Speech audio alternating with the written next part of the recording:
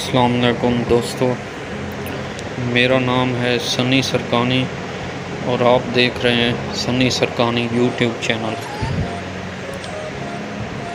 ज़ुल्फ़िकार अली भुट्टो को बिलाशुबा एक अजीम जमहूरी लीडर के तौर पर याद किया जाता है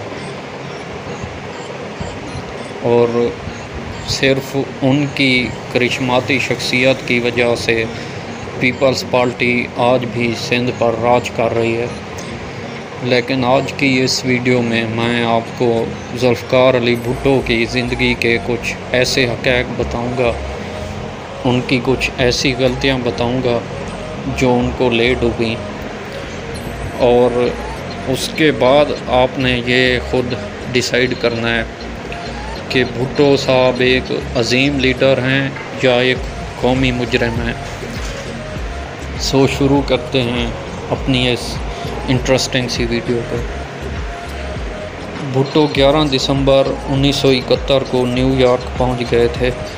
15 दिसंबर को सलामती कौंसिल के इजलास में शिरकत के लिए गए, क्योंकि उन्हें ज़ुकाम हो गया था और बुखार था, जिस वजह से वो 4 दिन अपने होटल के लग्जरी रूम में आराम करते रहे।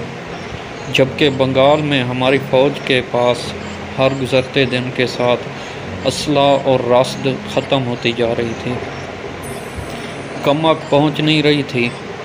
क्या ऐसे मौका पर भुट्टो का होटल में क़याम करना मुनासिब था?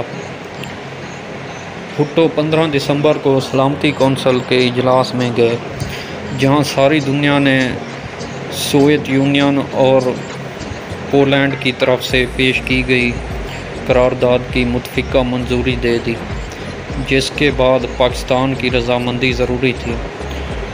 उस करारदाद के मुताबिक पाकिस्तान इक़्तिदार पुरअमन तौर पर जीतने वाले मेंबर को सौंप दे, यानी शेख मुजीबुर रहमान को।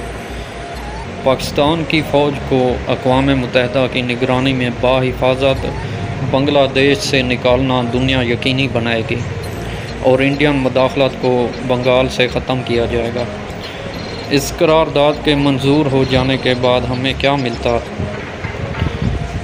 ना हमारी फ़ौज यरगमाल बनती और ना इंडिया कामयाब होता और ना ही पाकिस्तान के 2 टुकड़े होते।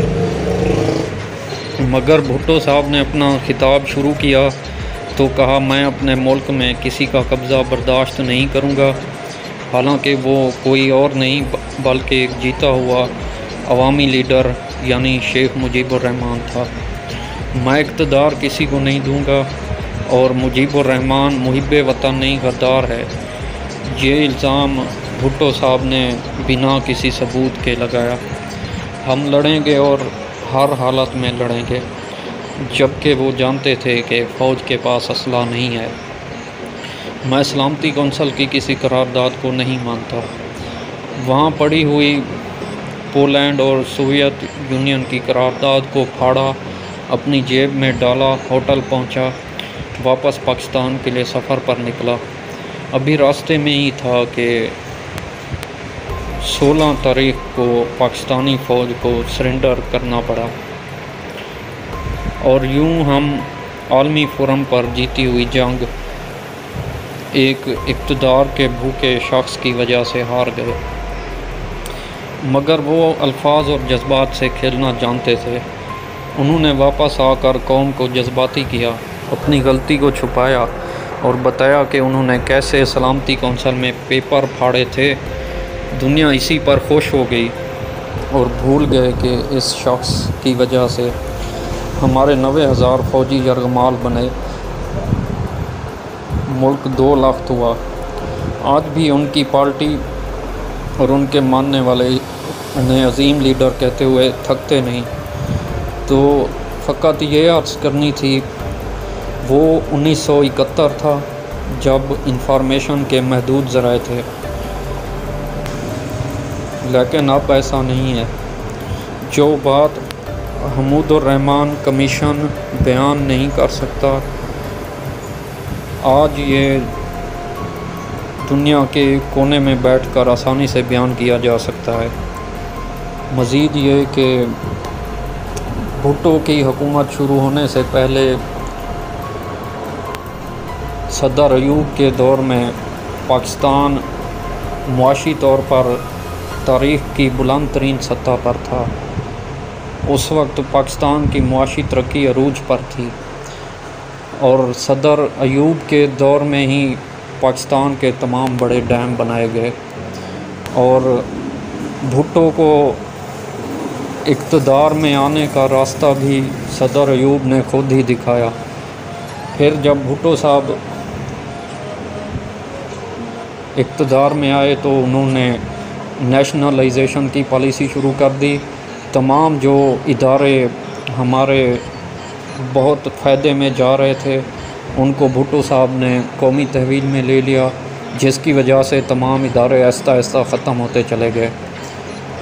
मज़ीद ये कि भुट्टो के दौर में ही सिनेमा कल्चर और शराब नोशी को फ़रोग़ मिला था।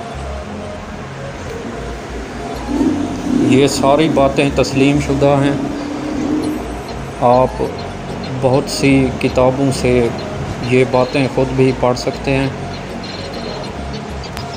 जो भुट्टो साहब कादियानियों को काफिर देने का क्रेडिट लेते हुए नहीं थकते, वो भी एक कंट्रोवर्शियल इशू है।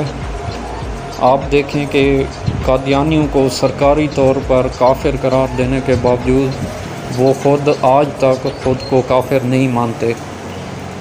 तो ये एक हमारे आइन में और कवानीन में एक झूल छोड़ दिया गया है, जिसकी वजह से कादियानियों को आज तक छूट मिली हुई है और वो खुल के अपने आप को काफिर नहीं समझते। उम्मीद है आपको ये इंफॉर्मेटिव वीडियो बहुत पसंद आई होगी। वीडियो अच्छी लगी है तो प्लीज़ इस वीडियो को लाइक और शेयर कर दें और मेरे चैनल को सब्सक्राइब कर दें। अगर आप इस बारे में कोई कमेंट्स देना चाहते हैं तो ज़रूर कमेंट्स बॉक्स में दे सकते हैं। मिलते हैं नेक्स्ट वीडियो में। Thanks for watching this video. अल्लाह हाफ़िज़।